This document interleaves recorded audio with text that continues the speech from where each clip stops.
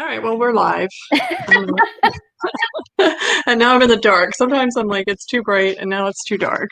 So one of these days I'm going to have it figured out. But welcome, everybody. It's Catie Harris, and I'm here with Jill Weberding. Hello, everyone.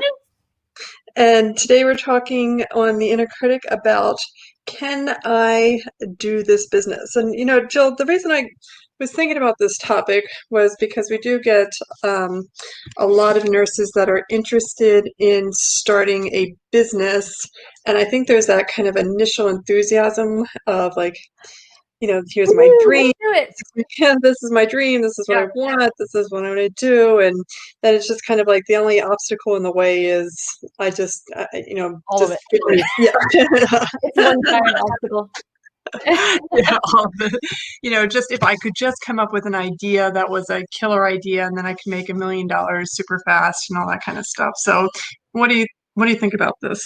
Yeah, we do see this a lot, and I've talked to a number of nurses too. And my first thing is to let them know that any business is not a short game. It's just not. If you're looking for a short game, then starting a business is not what you're looking for, because it's never an overnight success.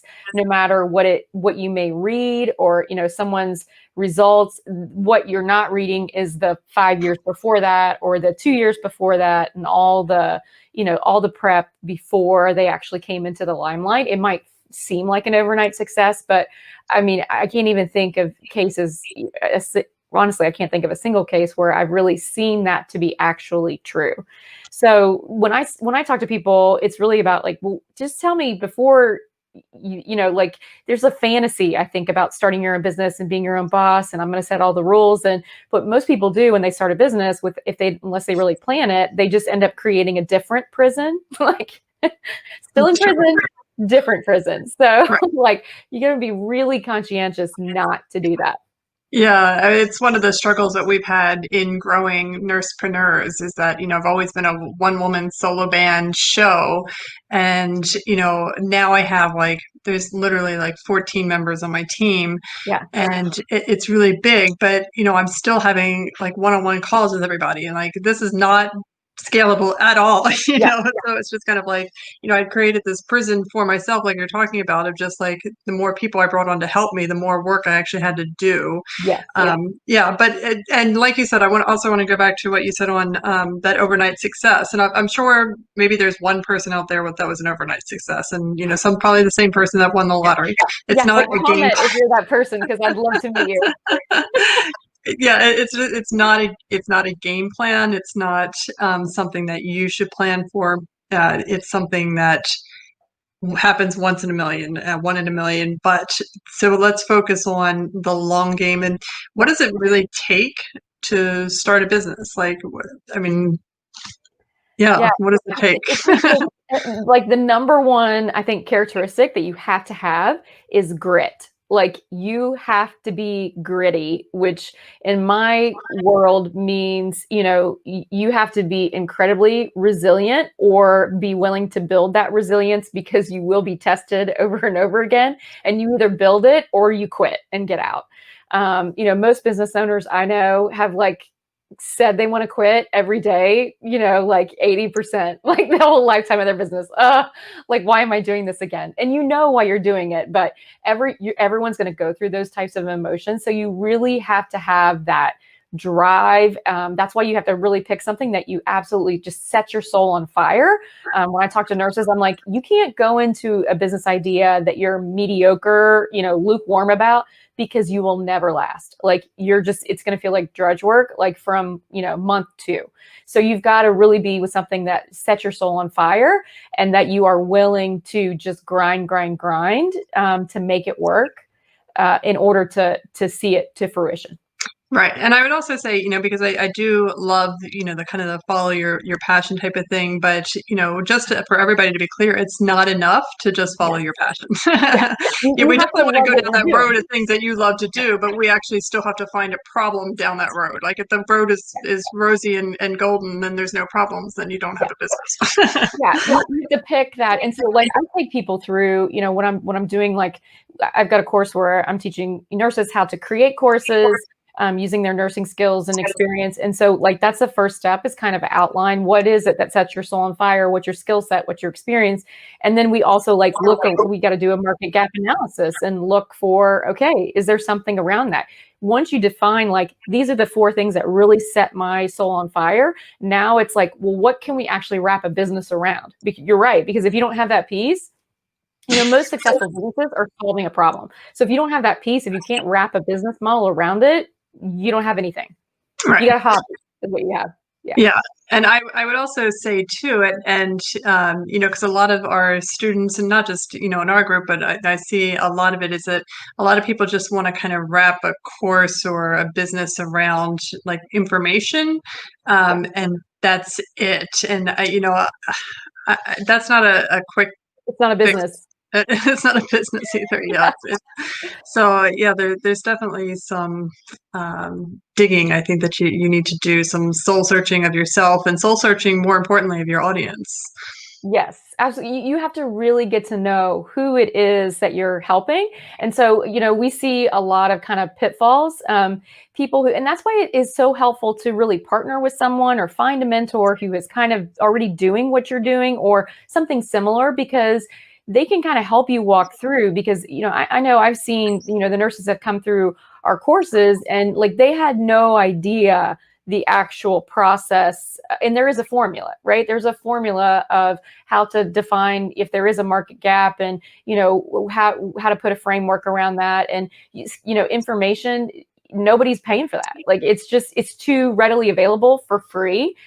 So you have to have a framework around that that's unique to you, and really connect with your audience, or nobody's going to really find you in the big red ocean of information land, right? Right. And especially with stuff like, so, one of the hard truths out there is that information by itself is so readily apparent, so available, that it's not worth anything anymore. Like back in the day when we used to buy dictionaries and encyclopedias and things, like I used to have a whole encyclopedia set like on my bookshelf, right? Then information. Sorry, Britannica, you're out. Yeah, any information that you could come across was worth something very valuable, right? Like you would pay for a newsletter, you would pay for like the encyclopedia. You're not going to buy an encyclopedia book now. I mean, you just go online, it's free, like it's right there, right? Yeah. I mean, unless you want some commemorative volume or something, there's giving people information like how to, let's say if you can look up the how-to video on YouTube and get a full explanation, that's probably, you have to add more value, more something to it in order to make it a business product or service. Absolutely. How-to content alone is not a business, and it's not a course either, because, like you said, it's too readily available. It's out there. They can get that for free. No one's going to pay for that. So there has to be a spin on it. And that's the question. That's where your unique perspective and experience and skill level, comes into play on what's the twist. What are you doing differently than what everybody else is already talking about and it's out there? If there's still a gap, and that's why the research is so incredible, like it's so powerful to really, once you get into that space, to find out, is there really still a problem? Why is there such a problem when all this information is readily available? Oh, well, it's this, this, and this. Okay, well, can I wrap a course around that? Can I wrap a business model around that? That's really where the power is. Yeah, and really just kind of, some of the stuff now, because as me personally, I've been through like tons and tons of courses. I spend a ridiculous amount of money on courses, learning how to do courses on, whatever you can think of. I've done a course on it. And I've gotten to the point now that I feel like I've had this collective experience in that, the information, just to give me the information isn't enough. And it's the one thing that I've taken back into Nursepreneurs, because like we could just sell information, but it doesn't help anybody, and it doesn't make me feel good, and it doesn't promote nursing. What we need is people to actually build the business, and for that they need the one-on-one, or the coaching, or just some sort of like done for you service built into it as well. And I think that's kind of like an angle that people are willing to pay for at this point, because we're so busy, we've got so much going on, that if you can build some sort of done for you service into your program, or your information product, if that's what you have, there is a possibility to create that into a business. Yeah, I think, generally information alone is not going to change behavior, Yes. right? So you have to have that component. And I see a lot of people who, have great models where they kind of have a tiered, program where, well, here's just the information. If you're still in the group who thinks that information is enough and that you will be so self-disciplined that you can just watch a video and go, okay, now I know what to do. I'm going to go do it all and like keep myself accountable. That's a very slim percent, I think, of the population. And then there's the next tier where it's like, okay, we'll do it with you. So maybe there's group coaching, or there's, a group that you can join and post questions and get those answered. And then there's that done, for you services type stuff. So there's a lot of opportunity to tier your services. But, again, just the idea of I'm going to record some information and put it out there and expect to, be highly successful. That's not a very accurate, I don't think, case of what business really is. Yeah, and and it does really come down to connecting the things that don't actually cost you any money, that for some reason, I know I've been resistant to it, but Jill, maybe you've been resistant to Painful. it too. But the things that don't cost me money are actually the most valuable things that I could do, such as going out and meeting people and networking and talking about, just connecting with people, even on social media, just connecting with people on social media and saying, hey, this is really interesting what you're doing. And just, it's like you have to be this sieve of information, like always pulling information, and not just in nursing or just in your field, but go outside of the field and pull things in from other, that's basically what I did here, because I was so engrossed in entrepreneurialism and copywriting skills and marketing and all that, that I pulled from those different seminars and courses and everything, and have brought it to nurses. Yes. But I mean, you could go out into any field, no matter how unrelated, and find something of Learn something. significance. Yeah, learn something that you could apply. You could go into the trucking industry, learn how they do something, and pull it back into like a product or service. And that would be a different twist on something. Absolutely. I mean, and that's kind of, I'm a course, I don't know if I'm saying a course junkie. I'm leaning that way. I'm always, I love learning. And so I'm always looking for, how do I get better in what I do? And so I am looking to who are the thought leaders in this, in this realm that I really feel like I want to learn more about. And so I will get that information or work with them, and then I take it back. Steve is a great, analogy of what you do with, okay, what are some of those out there? And some of it might be free content, but it's like, well, this resonates and I see where I can plug this into what I'm doing. And this really, I think, will, benefit and move people further. But I can't tell you the comments that I've had from, and the feedback I've had from, students that I've worked with, where it will be they will have a bigger, more powerful shift in a 20-minute conversation, a 1-hour coaching call, than the 6 modules that, of content that's actually telling them how to do something, or showing them, walking them through. Even live classes, that coaching time of really getting in there and figuring out, oh, that's where they're blocked, right? That's what changes behavior. That's where you see the big shifts. Yeah, and that's actually, I've kind of started to move so my original model was a 6-module course. Here's how you set up a business, and it was like, good luck and that kind of stuff. And it's good information. It's just that nobody was doing anything with it, and they just kind of were paralyzed or stopped dead. And I was like, well, this isn't. It's great that I got a little bit of money, but it didn't serve a purpose, and it's not something that I wanted to continue. So then I created like more information and added in some coaching. And then, one of the things that I actually realized was that, I had so much information that the nurses weren't actually even going through my content. They were just doing these one-on-one calls with me. And I was like, well, I don't even need the course. All I need is like coaching. Yeah, so that's the model that we're looking at now, is like, all right, let's scrap most of this material, because nobody's watching it anyway. Nobody's got 50 hours to watch Yeah. videos, and let's just go straight to the coaching and see what kind of milestones we can reach just by giving you goals and say, hey, this is the milestone we need to reach within a month. And, Yep. here's your 4 weekly goals. And these are the things that need to get done to reach them. Yeah. And so every business is different, and you just have to really understand and get clear on what it is that you want to do. What is it that you want to create? Maybe it really is this mass, education, still with a spin, your spin on it, that's making it different than what's already out there, but it's a much lower price point. And so your goal is just to get it out to as many people as possible. It's really not causing huge change and shifts in behavior and their thoughts. That's a different model. So you have to really get clear when you say, I want to start a business. You have to be clear about what you want, and sometimes it may not be the topic. Even, we've seen people who have come through who they literally just could not for the life of them decide what they wanted to do. They just wanted to have a business. And so you can frame it around, well, how many hours do you want to work? And are you planning on traveling? Do you need to be, in one physical location? And then we, like you've been doing this with entrepreneurs, where you will actually show them, well, here's some of the business models that we've already created and had great success with.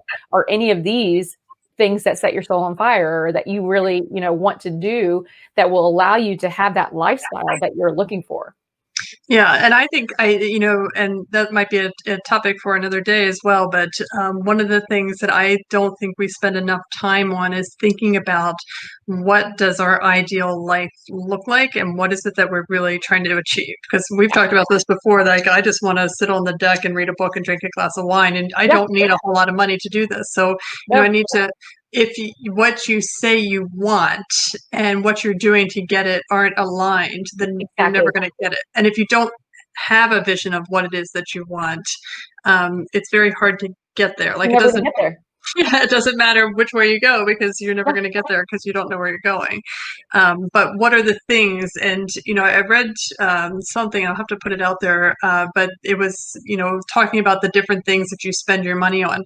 I spend my money on experiences and people helping me. So like maid service, or, cooking service, or, just, I can't even think of anything right now, but services and experiences, like 80% of my income goes to that I love doing. Some people like clothes or cars or nice houses. Like, where is all your money going, and what is that?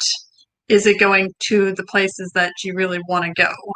So, and then it's honestly, like, you might think that has nothing to do with the business, but it has everything to do with the business. Yeah. Everything to do with the business. And, so that's just so important that you do that from day one, not, 6 months into your business, because you're just prolonging how long it's going to take you to get there. If you aren't clear from the beginning, it's like the Alice in Wonderland, like where do you want to go? Like, which way should I go? Where are you trying to get to? I don't really care. Well, then I guess it doesn't matter. Like, you can take any way you want to go, because you have no idea where you're going to end up. Don't seem to care where you're going to end up. So, don't set yourself up for this, like, and then we get like burnout and frustrated and like disheartened that we're not having the success, sooner. We're not, well, but I'm not making money. Well, how long have you been in business? Oh, I've been in business, 9 months or a year. Well, what are you doing so far? Well, I haven't really put anything out there. And I'm like, well, how could you make money? Like, right? I mean, it's like, you're not going to make any money if you don't have an offer. So, right. Yeah, that's a good place to start. Yeah, like start by, if it's one-on-one clients, or it is putting a course out there, you have to start somewhere. You can't make money until you make an offer. And so, you just got to have that clarity from the beginning. And if you can't, if you're struggling with that, then get with a mentor who can help you, get clear and ask you those right questions, so that you can, guide on your path and figure out, which direction do I really want to go? Is it a business? Maybe it's not. Right. Yeah. I mean, that's a good point too, because I have had some nurses call me, or, I've been on Zoom calls with them, and they'll say, I want to make money, and that's kind of their goal. And I'm like, well, that's not a business goal. Like that, that's not an income goal. Yeah. So I'm like, there's a lot of different ways to reach an income goal. If your income goal is to make, $300,000 a year or something, like, I don't, maybe you need to talk to a wealth financial analyst or something, right? Because Well, I mean, the yeah. business, you're going to probably spend $300,000 before you make it back. Well, and like some nurses we see too, I think, and this is why I love, when I found you, to see like really expanding the vision. And that's kind of where my business is going more too, is really just expanding the vision for nurses beyond traditional nursing roles. Like, we've met people who are like, oh, I just can't do the 12-hour shifts anymore. I'm getting out of nursing. And I'm like, why would you get out of nursing? Why don't you just move jobs?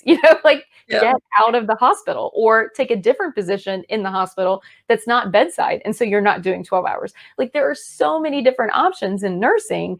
You don't have to start a business, although there's tons of opportunities to do that. But if that's not your forte, if it's just an income goal, if it's just a work from home goal, there's tons of existing nursing positions that are like just sitting here waiting for you to apply for, we can right. show you, that too. So again, that's part of that clarity Yeah, from no, the beginning. absolutely.